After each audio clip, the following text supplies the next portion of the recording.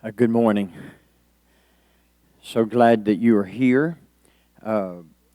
This is nursery, how to change diapers.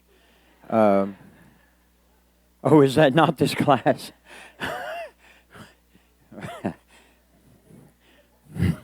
It's a good thing because I'm not qualified to teach that one. Because I failed miserably at that one. Thank you so much for being here. We're going to talk about. I saw a couple of odd looks when I was walking around with this. Sister Verna made the comment last night about if you're in children's ministry, you got ADD or ADHD or AADD. All of those, alphabet. We didn't know what that was when we were growing up. Most of us in here. Some of you younger and you may have known, but a lot of us, we didn't know what it was. It was just, hey, sit down and be quiet. Stop acting like that. So there was no medication except for mom's hand or dad's belt. And it was effective. It still gets distracting sometimes. So I mention that just because if you have a child, something that they can fidget with is really helpful, to do something with it in that. So. These are wonderful, by the way, because they can occupy them for, 20, 30 seconds or so.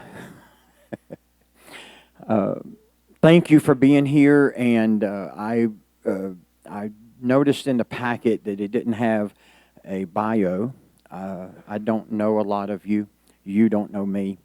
And I think that it's important that we understand if you, 2.5 years ago, Hurricane Laura came through. We live in Lake Charles, Louisiana, not far.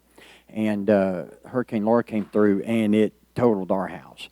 And the roof was, totally messed up.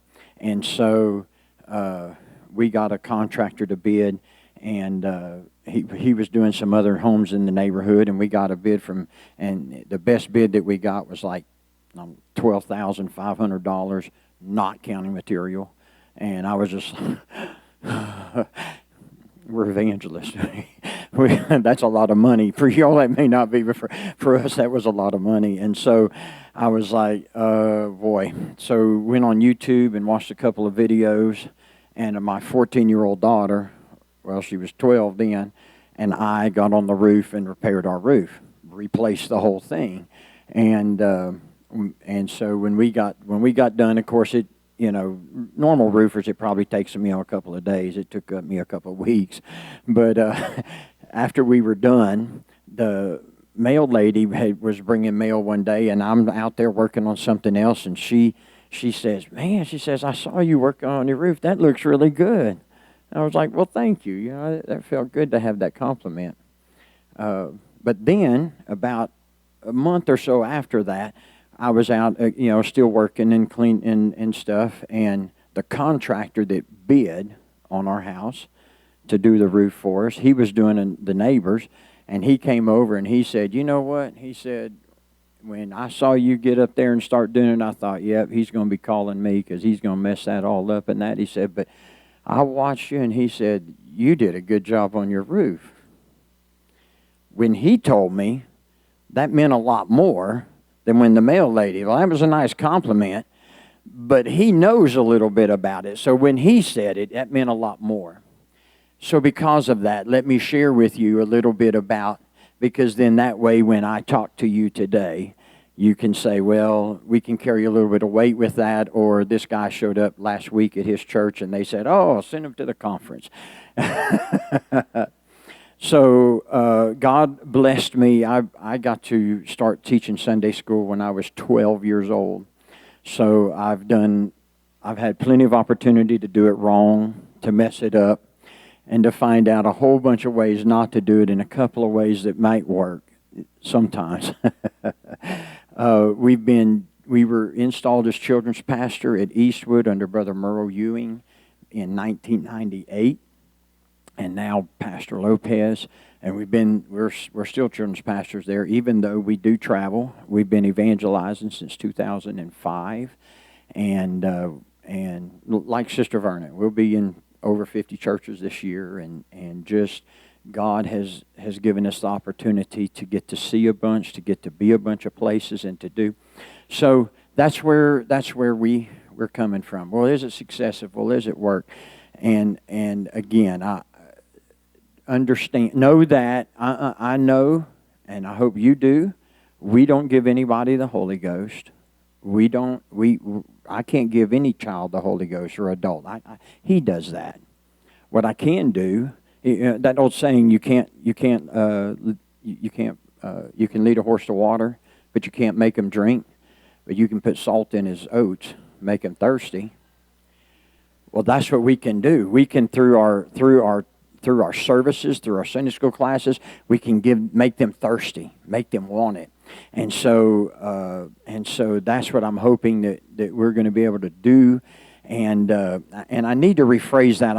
As I was standing there handing out the handout, I looked and I think it says to learn everything we can to enable us telling Bible truths. I probably need to change that, because you're not going to learn everything in here, because I don't know everything. It's I am not so foolish as to think that I have mastered it or I have solved it. I don't.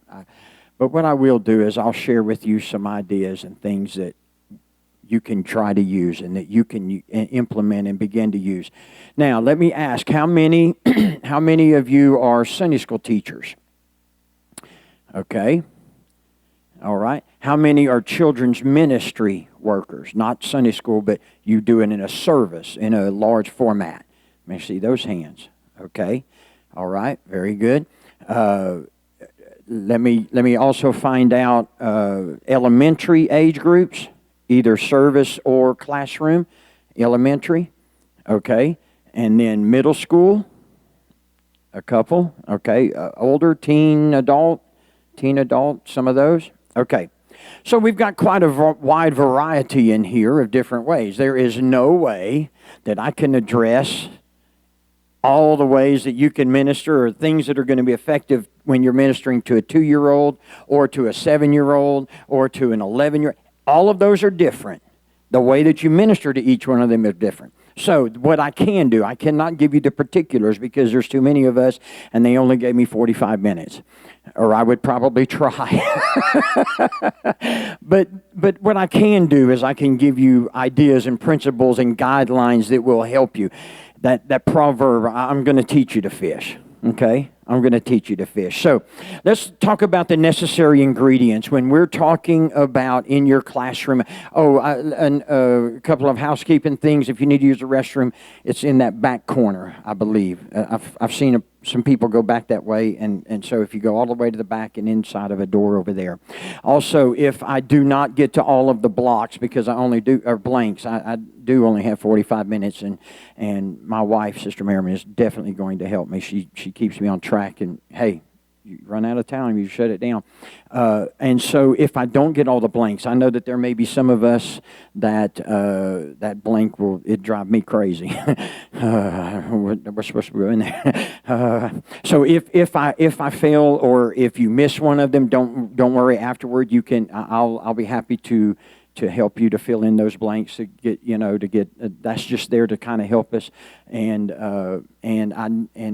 hopefully there's enough room. I believe the back is blank in case you need to take other notes or other comments and stuff. So the necessary ingredients. First thing is we need to have action. When you're dealing with children on up to teen, you know what? Even adults, it helps to have action. Children need action. When you talk about what you're competing against, he mentioned in there. She mentioned last night about parents just give them an iPad or a phone to occupy them, and they don't have a game there that is just words and they're just looking at it. It's some kind of action and motion, and the screens, there's stuff moving on that screen, and there's all kind of activity that's going on. You're not going to keep a child's interest if you're just standing there telling them the Bible story of Jonah and the whale, and he went down to Nineveh, and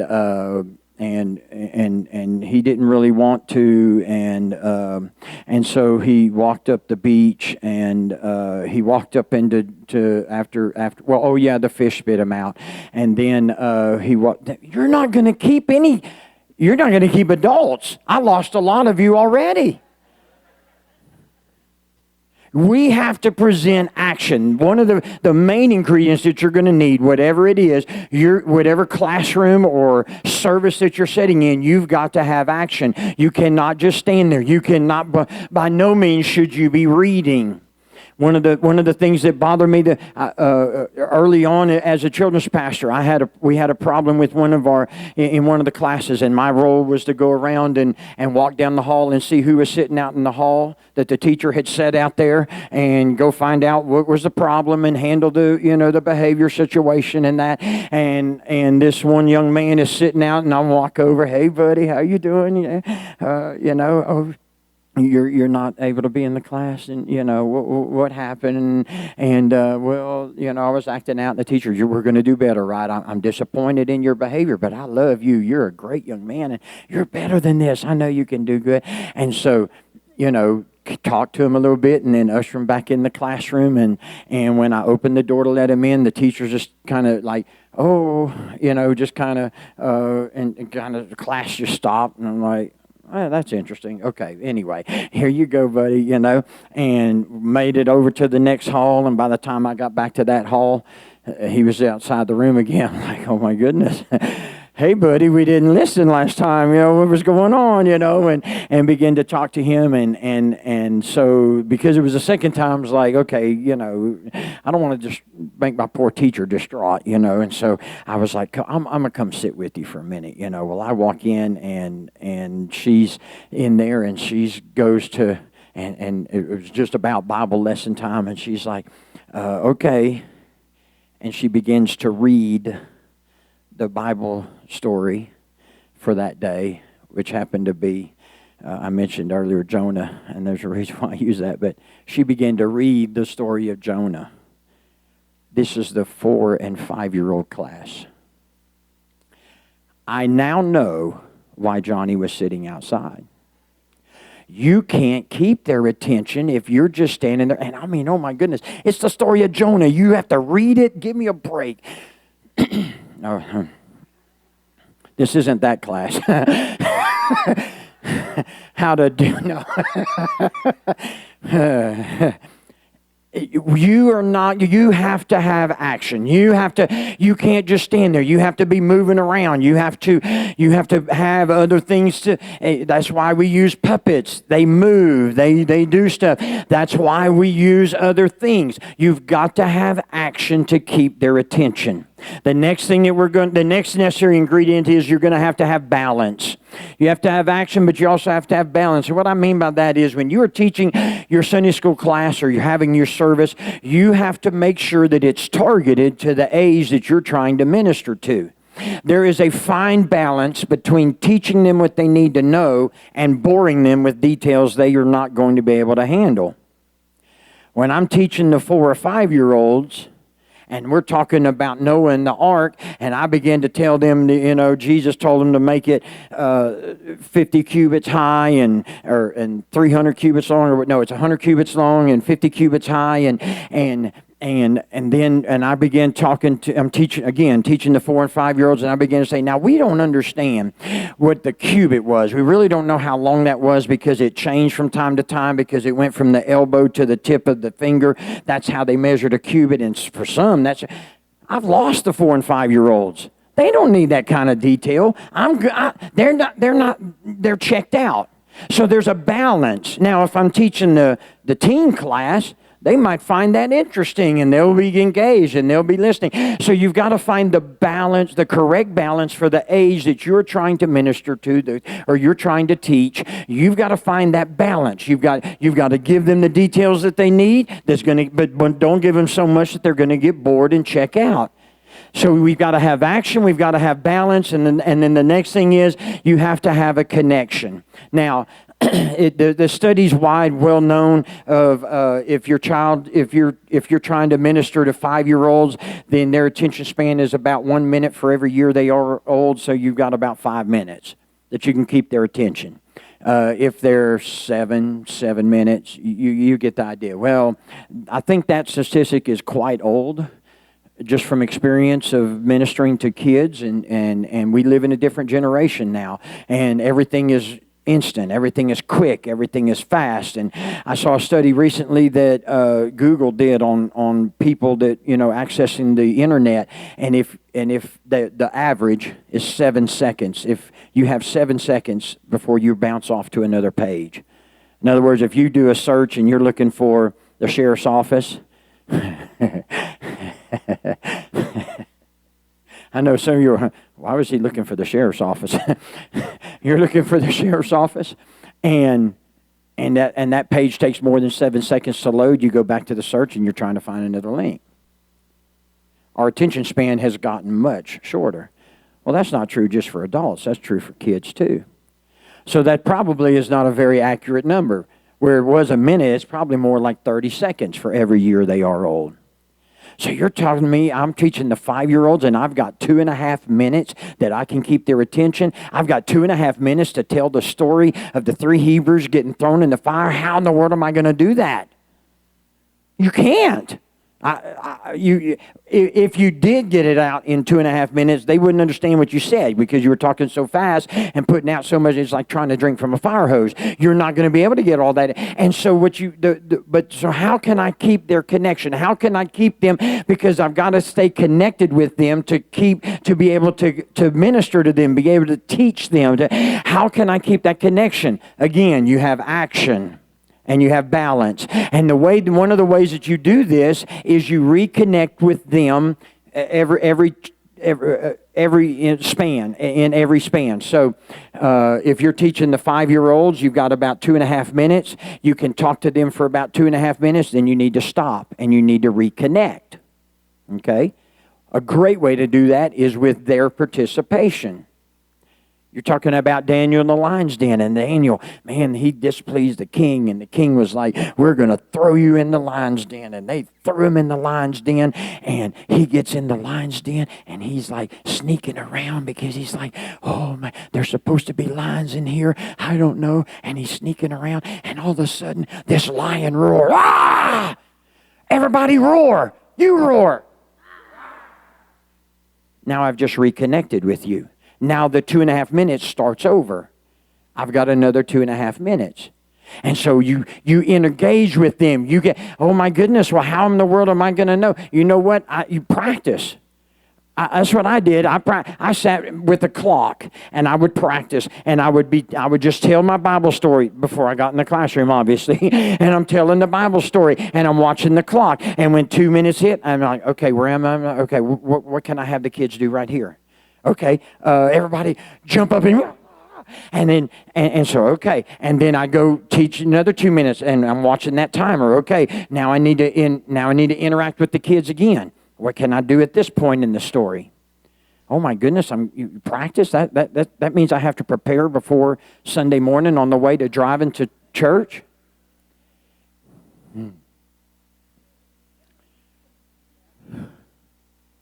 I would hope that you would. We've already heard 2 great messages about this, but we are investing in our kids. We are investing in our generation, and they deserve our effort. They deserve our investment. They deserve our time. I'll get to that in a minute, but we should be making more of an effort than just looking over the material while we're driving on the way to church on Sunday morning. Or waiting until Saturday, and after you've got done with your Saturday family events or whatever, and then you're fixing to go to bed on Saturday night. Oh my goodness, I've got the Bible lesson tomorrow. Well, let me read over it. Let's see what they want me to teach. We've got to do better than that. So practice. Get it. You know what? After a little while, I got to where now I don't have to practice it with a clock because there's a clock in my head, and every 2 minutes, boom. And I say 2 minutes because that's what I use, because often we're ministering to 4 to 12-year-olds or 4 to 11-year-olds, and so I take the shortest span that I need, the younger age. I don't base it on the older ones because then I'll lose the younger ones. And so you reconnect with them. Make sure that you have a connection. Even if it's less than the time span. If you're teaching 15-year-olds and you're expecting to be able to keep their attention for 7 minutes, and after 4 minutes you realize you're losing some of them, stop.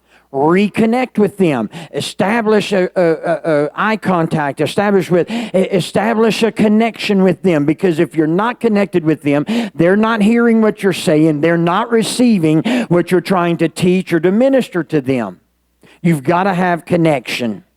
Okay. Now, again, these are just over guidelines, and as I think of them, I'm throwing these other ideas in and stuff, but we've only got 45 minutes. What does 45 minutes stop? What's the schedule? 10:20. Okay. Oh, we've got 30 minutes. Wow. We're in good shape. Brother Jones asked me, he said, look, you may want to, at the end, give time for questions. I'm going to try. I will try, I promise. If not, we'll be here all day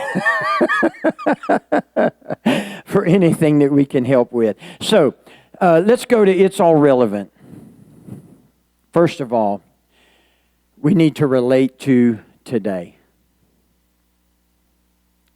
The kids that you're trying to teach, and you're telling the Bible story, and you begin to tell them about the 3 Hebrew children, and they were going to get thrown in the fire if they didn't bow down to a king that was ordering them that they had to do this. The kids that you're teaching most likely are not going to be facing a king that's going to tell them that they better worship or they're going to get thrown into a fire. They're not going to have that reality in their life. What you have to do is you have to relate it to their experience, what they're going through today. You have to relate to today. When you tell them that story, don't just tell them the story and leave it there. Explain to them. Tie that, relate to how does that affect me today. You probably won't have to hear a king tell you, but you know what you will do? There's going to be bullies that are going to come to you, and they're going to try to get you to do things that you know Jesus doesn't like. You need to know that just like those Hebrews stood up to the king, you can stand up to those bullies. You can say no to them, to not do the narcotics or not do the drinking and not do...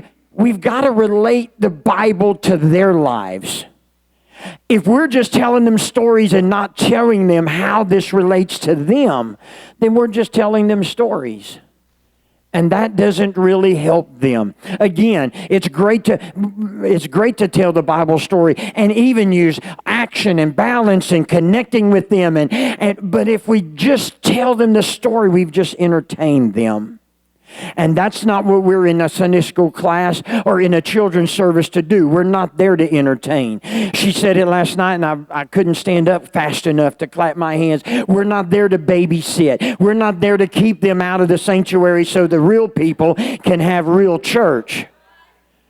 When we're in a Sunday school class or we're in a kids' service, that's real church. That is real church. You know what? It's probably later in my notes, but I'm going to do it right now. Anyways, we have got to understand that these kids are part of the church of today. When she read the scripture last night, for such as this, for such a, no. When Jesus was talking about the children, for of such is the kingdom of God. Not gonna be. They are part of the kingdom of God right now. And Jesus wants to be able to use them right now. And if we just look at them as saying, oh, well, they're the church of tomorrow and we're raising up the church. That's true. I've heard that all my life, and that's true. We are raising up and we're training the church of tomorrow. But they're more than that. They are part of the church of today. And here's the problem. If we just look at them as the church of tomorrow, we know that the literature in 3 years is going to come back around to the story of Jonah. And so if I don't get it in them this week, that's okay, because they'll get it in 3 years. because we're just training them for somewhere down the road. But when we understand they are part of the church of today, they need to hear from God in your Sunday school class tomorrow, because on Monday or Tuesday or Wednesday, they're going to be facing situations that they're going to need what Jesus has for them right in your class. We have got to understand they need Jesus now. And if we will approach it that way, then we're not getting ready driving on the way to church on Sunday morning. We understand that Jesus needs to minister to them. And I need to find out, what is it that God wants. Yes, I'm going to go by the literature, but you know what? God knows what they need, and He can take the story, whatever it is, and help it so that it applies to the situations that they're going to need. And if you will spend time in prayer and preparation, and you will open yourself up. Well, I'm just a Sunday school teacher. Yes, I know that's who I'm talking to. But if you will give yourself to prayer and preparation, reading and looking at that ahead of time, but then when you step in that classroom and begin to talk, there have been many times that I've got done teaching, it's like, what in the world? What? I don't know why I even stuck that in there. I started talking about something else, and I don't even understand. After years of doing it, I've learned. It's because there was a situation that a child needed, that they needed when I went off and said this other little thing about that didn't have to do with Jonah and the whale. And it had something to do with something else, but because my spirit was open to what Jesus would have me to speak to in that classroom. And then Jesus is able to help them and prepare for whatever it is that they're going to face the next week. We have got to understand they are more than just the church of tomorrow. They are the church of today. And so we have to relate it to their lives. What are they going to be dealing with? How can this lesson, how can this message, how can this Bible story relate to them? The next thing is we need to relate the principle. Stories on platitudes are no good. You have got to make sure that they don't just get the story, but they get the principle behind the story. Brother Ewan used to tell us all the time, he says, guys, we are never going to be able to mandate holiness, because technology is always changing. What we have to do is get across the principle. I will set no evil thing before my eyes. If we just make a rule and say, oh, well, you can't have a TV, well, now, that's okay. This isn't a TV. Oh, my goodness. Whatever I get on here, that's fine. No, I've got to learn the principle. I won't put any evil thing before my eyes, no matter what the appliance is. And we're ministering to kids. We have got to help them to understand the principle. It's not about learning a list of do's and don'ts. I know there's 10 commandments, but there's a whole lot more to them than just the words of each of the commandments. Teach them the principle of the commandment. How does this, and once they get the principle, that is what is going to help them to make the right decisions and the right choices when they're faced with this in their everyday life. It does us no good to just teach them a list or words or tell them the Bible story without relating it to them today and relating the principle behind it. What are we trying to establish when we talk about Jonah and how he went the other way? What am I trying to get across to them other than just entertaining them with a story? What would Jesus have me to minister? Jesus may want me. And every time I teach it, it's probably going to be different, because they're going to be that classroom is going to be in a different setting in their life. They're going to be in different situations in their life. And one time I teach it, it may be that when I'm teaching about Jonah, it may be that God wants me to get across the principle that if we will obey Him, our life will be better. And if we don't obey Him, it's going to get messed up. Another time, it may be that I need to teach the principle of that Jesus will do whatever He has to reach for a lost soul. He will put the preacher in a fish if He has to, because He loves your lost soul, and He will do whatever it takes. You see, there's two different principles there. I need to find out from Jesus which principle, what overbearing thing do I need to get across in my classroom today. Or not today, this coming Sunday.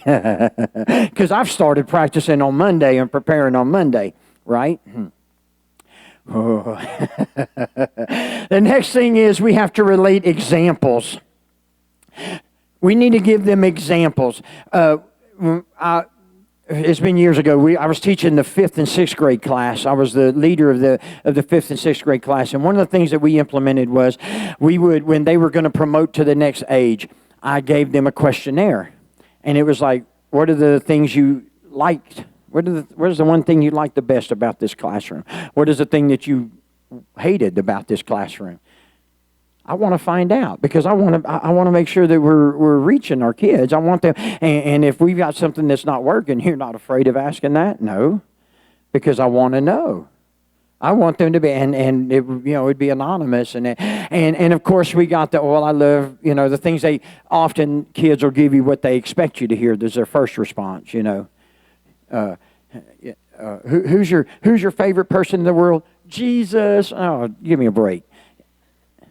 You're 5 years old. You don't know Jesus yet. You just think that's what I want to hear.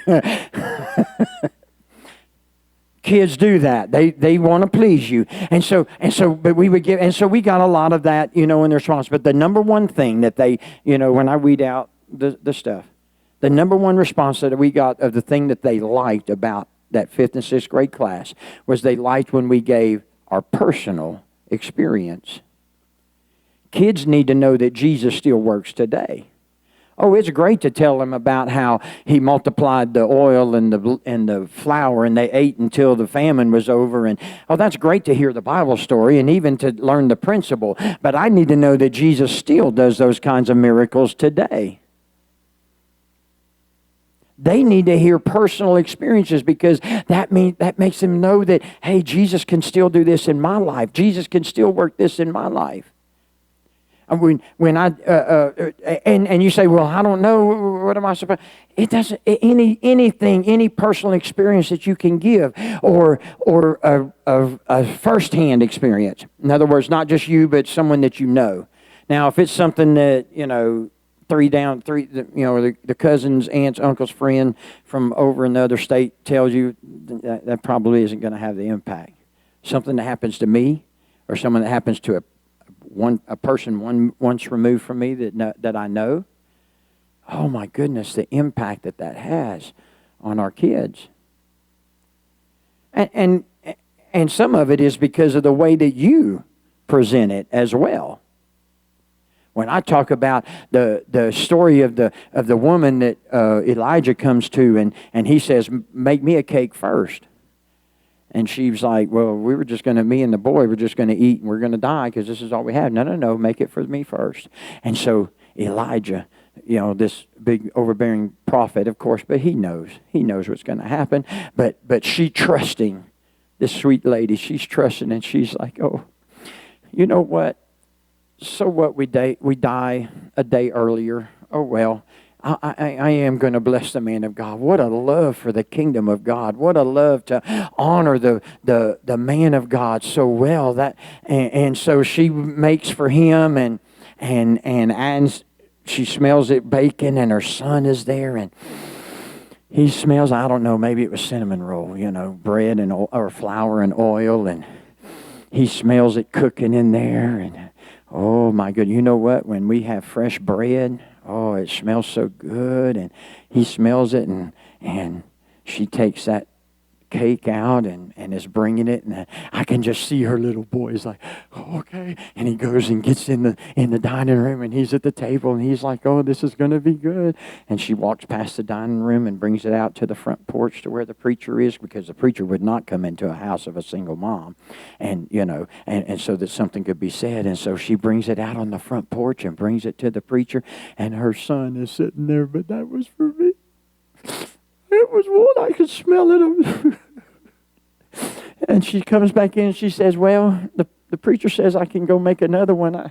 I don't think it's going to do any good, but I'm going to go look. And she goes, there's flour and there's oil again. And she's like, oh my goodness, look at this. And so she makes another cake. And this time she brings it to her son, and he's just like, oh, well, she's fixing to bring it out. And she brings it in there, and he's like, yes, oh man, this is awesome. Oh wow, that was really good. That's a little entertaining. You've got a picture. You've probably maybe even smelled some bread cooking just now. But then when I began to relate the personal, I remember when I was 7 years old, me, And we were living in Austin, Texas at the time. And my dad and mom were on a tight budget. And right at supper time, 3 college students come and knock on the door. Well, you know why they're there. It was on a Thursday, and I had heard my mom and dad talking right before that, and she said, I don't know what we're going to do. She was making goulash because that's where you just put everything in it, and, because she said, I don't have anything else. And he's like, well, I'm not going to get paid till Friday evening, so we won't be able to go shopping. She said, and he said, you know what? We'll just do a fast tomorrow. We'll just do a fast. I'm 7 years old. I know what that means. and so I'm like, okay. And I see Mom making it, and the pot. She had the pot on the stove, and it was a pot about that big, and she had about that much in there. I mean, there was nothing else. And these 3 college students come and knock on the door. And so my dad just like, hey, come on in, and we don't have anything to drink but water. Would y'all like some water? And my mom looks at me, and I'm with her in the kitchen. She says, get some water. And, yes, ma'am. And I watch as she takes it from the bowl and puts it back in the pan so she can keep it warm, until the guests leave. And I bring them their water, and I come back in the kitchen, and I'm like, okay, because I'm starting to get hungry, and, I want to be ready to help Mom. And they are there. It seemed like forever. It's probably, 30 minutes or so. But after a little bit, my dad said, well, and my mom, I'm standing with my mom in the kitchen, and my mom said, John Merriman, don't you do it. Don't you. She knew. And we hear my dad. We were just about to eat. Would y'all like to join us? My heart fell. Because I know the rules in our house is the guests get to serve themselves first. And then and then the kids, we would get, and then my mom and dad. And I knew how much was in the pan. And they said, sure. And so my mom looks at me and says, go set the table. And so I go and add 3 more plates.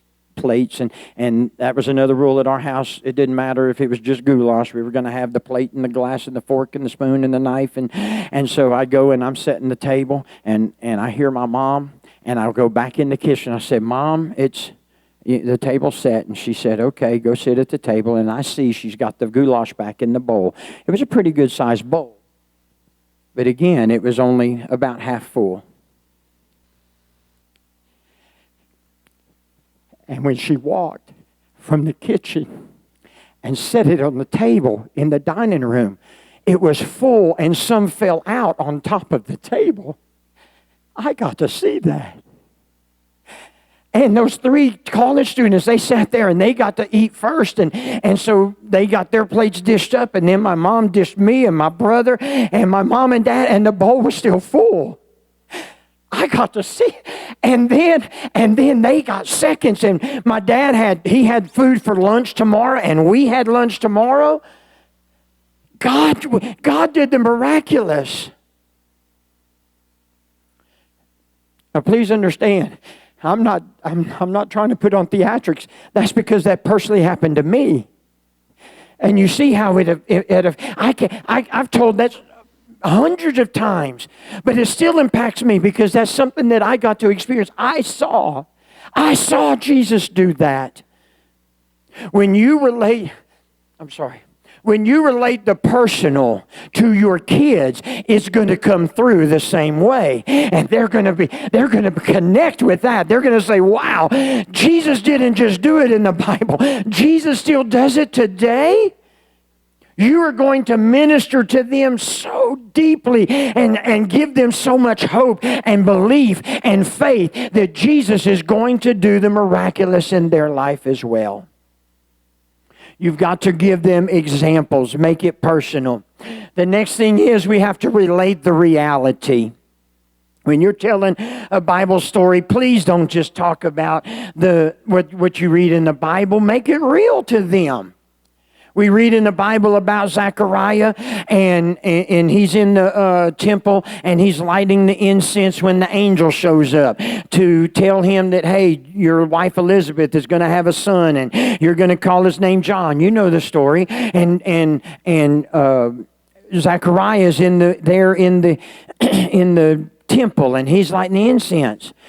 Well, go do a little bit of study. Go find out some details about these stories before you tell them, so that you can relate the reality to them. I did. I went and looked it up, and you know what? He was there by himself. It was a great honor. There were like 800 different priests, and they would choose by lots. They would decide by lots who got to serve, who got to do that role or that task. Interesting that Jesus made sure that he was the one that was chosen to go and light the incense on that particular day. When anyways, that's a whole nother principle message. Boy, Jesus knows right where you're at. Nothing is out of his reach or out of his touch. You say, well, I don't know. I'm in this class with the 3-year-olds or the 6-year-olds, and I don't even know why I'm here. It's a divine appointment by Jesus. If you're in that class, it's not because, we need somebody that's converting oxygen into carbon dioxide in that class to kind of watch over the kids. It's because Jesus chose for you to be in that room. He has appointed you to reach those kids in that classroom. Well, no, my pastor just came to me and said, yes, you don't think he prayed and asked Jesus, who do we put in this classroom? Who do we put over this ministry, over this service? It is a divine appointment, the place that you're in. Jesus orchestrates everything on purpose. It was not a mistake that Zechariah, out of 800, was the one that was lighting the incense that day. I said I wasn't going to, but my goodness, someone needed to hear that. There's an example right there. If we'll open up our spirit and allow Jesus to minister. You say, well, but you're talking to adults. Kids are part of the church of today. They need the same interaction. They need the same message from the Holy Ghost. They need things that are going to apply to their particular situation. If you'll open up your spirit and allow Jesus to do it, you'll see him do the amazing things.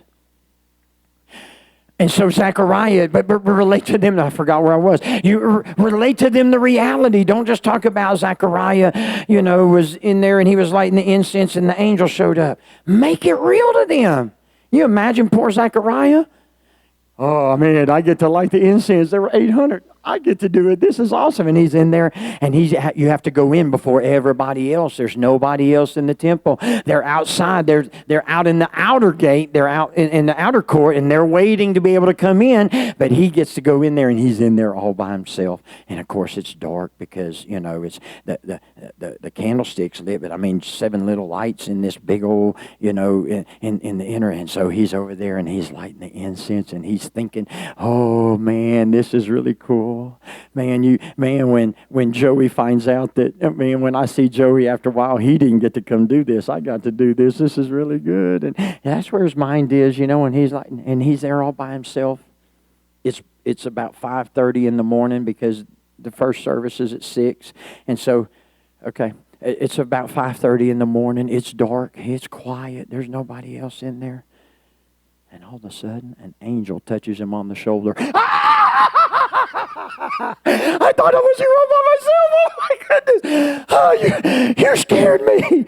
Why do you think the angel said, don't be afraid? It scared him. If you're teaching 5, 6-year-olds, 7-year-olds, you know what? He probably was like, I got to go to the bathroom now. Oh, my goodness. Give them reality. Don't just tell them, these are the things that happen. Make it real to them. Because then it's something that it will stick with them. They will remember it. They will be able to relate to it later this week. They'll recall it. Make it. And that gave a little bit of action. They gave that pulls all of that in there. Relate to them the reality. Am I okay? Good. So, I know I've got one more blank and I want to get to that. So, one of the options, and I'd like to say is, you know what, when we're teaching the Bible, use Jesus' example. He taught in parables. He made sure that it related to them. When he talked to them about a shepherd and sheep, because that's something that they knew about. Let me say that. You know what? When we're teaching kids, we need to understand and follow Jesus' example, not just in the way that he did it, but the things that he said. We talk about what is God. If I ask any of you, what is God? Some of you would say omniscient. He knows everything. He's omnipresent. He's everywhere. He's omnipotent. He has all power. He's love. He is kindness. And yes, Jesus is all of that. But when we read in the Bible what Jesus said, he said, I am the bread of life. I am the great shepherd. You can't touch love. You can't see it. You may picture a heart because that's something that we've made to represent love at Valentine's, and a picture of a heart. But you can eat bread. You can picture a shepherd. The way that the Easterners thought and taught and communicated was in pictures. And if we will relate the Bible in pictures, that was the way that Jesus did it. Relate it in pictures. Don't just talk about his power. Demonstrate, show them how that power is in a tangible thing that they can picture and see. He talked about, you know what, the Jewish rabbis would teach always taught their people that when the children of Israel were going from Egypt to the Canaan land, and they were following the pillar of fire by day and the pillar of smoke by night, they said that pillar was a representation of the leg of the shepherd that they were following.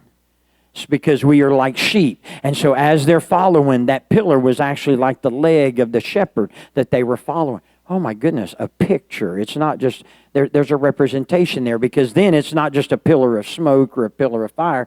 If it's the leg of the shepherd, then that relates a whole lot more. I am a sheep. I am safe. I am being looked after. There's a whole lot more that goes with that if I have a picture there. And so we need to follow Jesus' example. Give parables. Talk in intangible things. Help them to understand the principle that you're trying to get. Well, I don't know how, what am I? Use some objects. Use some things that they can see that'll get their attention. Take something that they can identify with. And if it's something that they're going to touch later or react with, that's even better. That's even greater. What kind of time? Where are we at? Oh my goodness. So we've got 3 minutes. Okay. Can I tell you one more story? There's this donkey that's standing in the yard, an older donkey. He's in it, and it's a rough dirt yard. It's not a big, and they obviously they've been here for a while because the grass has stopped growing, and it's all kind of dirt, and there's a fence along the side there, and over here right by the gate, the post of the gate, there's a rope hanging off of that's hung around Junior's neck, his son, Junior, and Dad's standing there, and he's like, Junior, you know what, you've been growing up into a good donkey. You know what? I've got some good dreams, hopes for you, Junior. I think you're gonna be good. You're gonna. You have any ideas? And Junior's like, oh, I would love to be, maybe a miner could get me, and then I could carry gold on my back, and when he goes in and gets the gold out of the mountain or silver, I can carry that. Boy, that would be really good. And Dad's like, oh, that's a good idea, Junior. That's a good dream to have. He's like, well, any other dreams? Oh, you know what? I would love to be the king's pride ride. And Dad's like, well, if he's in today, he's like, okay, Junior, you can do that. If he was like our parents, he's like, well, now, Junior, don't get your hopes up. You're a donkey. You're not going to be the king's pride. You're not the one the king's going to ride on. I mean, you're just a donkey. You're not a stallion. You're not a big fancy horse. That's just not our place in life. But you might be able to carry the gold out. That would be really cool. But you know what, Junior? Whatever it is, I want you to know I'm going to be proud of you. And it wasn't much, a day or so later after they had that conversation, that here came someone, and they opened that gate and come into the yard.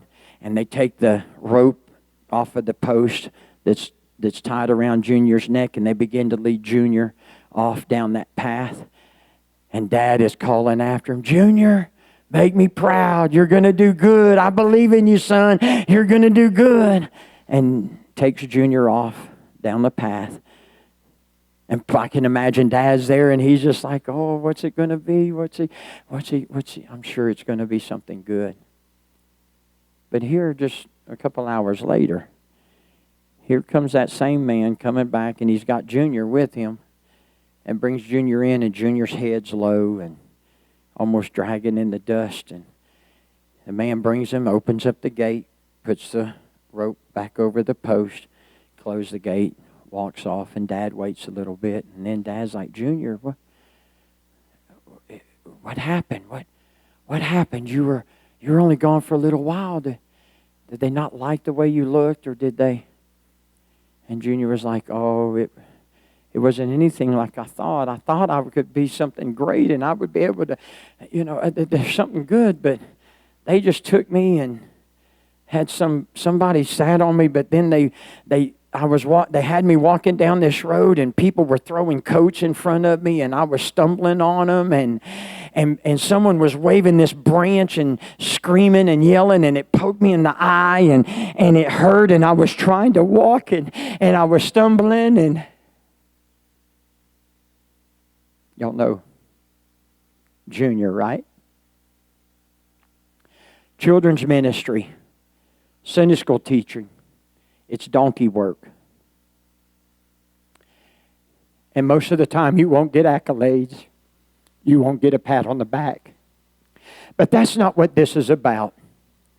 And what you were doing, when you were presenting Jesus to the children that God has trusted you with, that is greater. That is more valuable than having a king. That is more valuable than bringing all of the gold and the silver. It's not about me. It's about me introducing Him to them. All I've got to do is show them Jesus, connect them with Jesus. And if I can do that, that is the most valuable thing that I can do with my life, with my ministry, with my service. Well, I get poked in the eye. The kids are bad. They kick me in the shins. I know. I've done it long enough. I've had all of that happen. But trust me, the value is so worth it if we can just let them see Jesus. That's all we've got to do. I hope there's something I've said, and I see someone coming. I must have gone too late, and I am so sorry.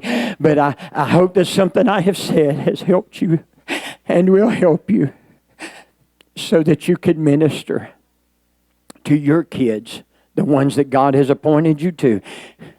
We're evangelists, but I can't get to every one of them. No one can. That's why He's chosen all of us to work together to be the instrument. You can do this. He's put in you everything that you need. Just go and know that you're the one. Thank you very much, and we'll go to our next session now.